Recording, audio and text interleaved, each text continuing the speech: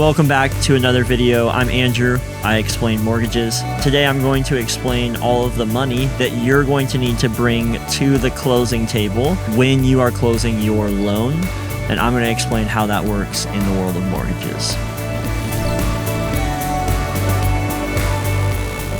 The biggest thing that you need to understand about closing your home loan is the three basic categories or buckets of expenses. So the first one is going to be your loan closing costs.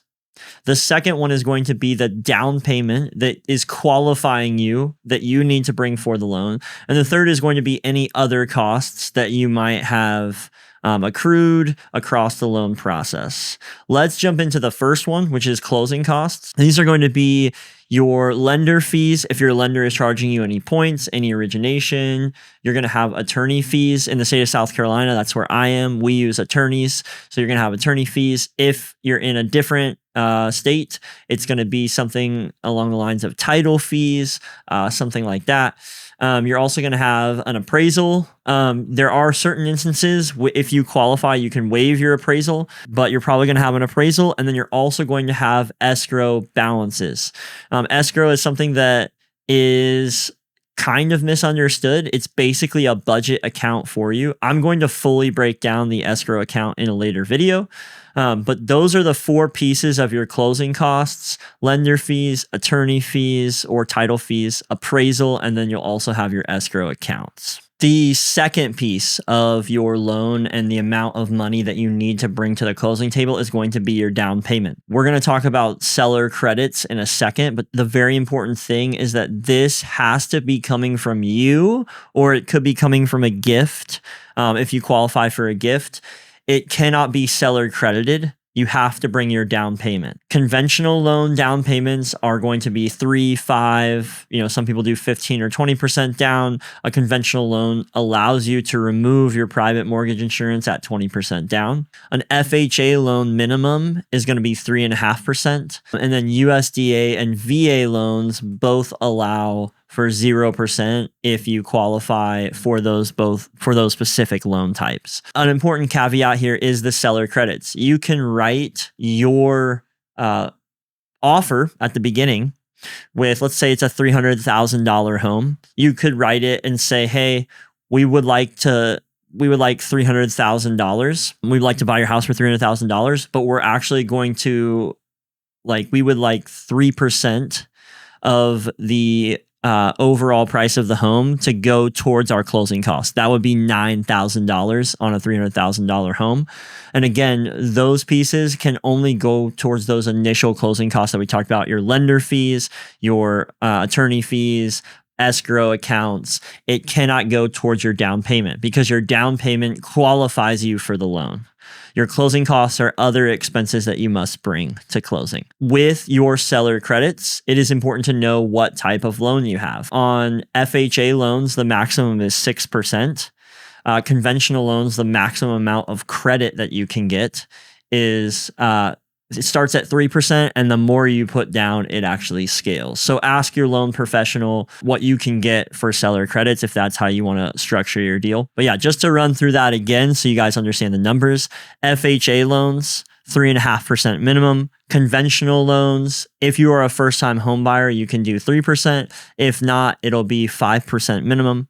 And then USDA and VA are both at 0% minimum if you do qualify for that loan. The third and final piece of what you're going to need to bring as your total cash to close on your mortgage is other costs. Sometimes realtors have admin fees, or sometimes you pay a little bit of realtor compensation that would be written into your contract, and they would have explained that to you. Sometimes you have an inspection. Sometimes you have a termite inspection, or what we would call a CL 100 in the state of South Carolina. And anything else that you might need to pay, that is either going to be added to your closing costs or paid outside of closing. So often the inspections that you pay for, they're paid for upfront. They're not paid at closing. So you don't necessarily need to plan for these other costs to bring to closing. But the real estate agent, if you have a good one, is also going to be directing you and helping explain these things as we go throughout the process. In closing, there are 3 areas of costs when you're bringing all of your money to the closing table. There's your closing costs, there's your down payment, and there's your other costs. For us on the mortgage, we're not going to think about your other costs for now. Often I inform my clients of these, but the real estate agent is also helping with those fees paid outside of closing to get the simple equation for how much you're going to need to bring to closing. You think about your cash to close, which is your closing costs plus your down payment. So I'm going to say that again. Your overall total cash to close is going to be your closing costs plus your down payment. So those lender fees, that appraisal, all of those things that you've got running throughout the transaction. And then you also have your down payment. That is your 3%, your 5%. And that is just going to be standard across the board.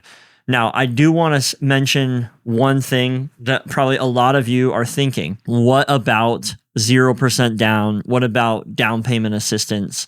And I would encourage you, there are programs out there that do make sense for certain buyers.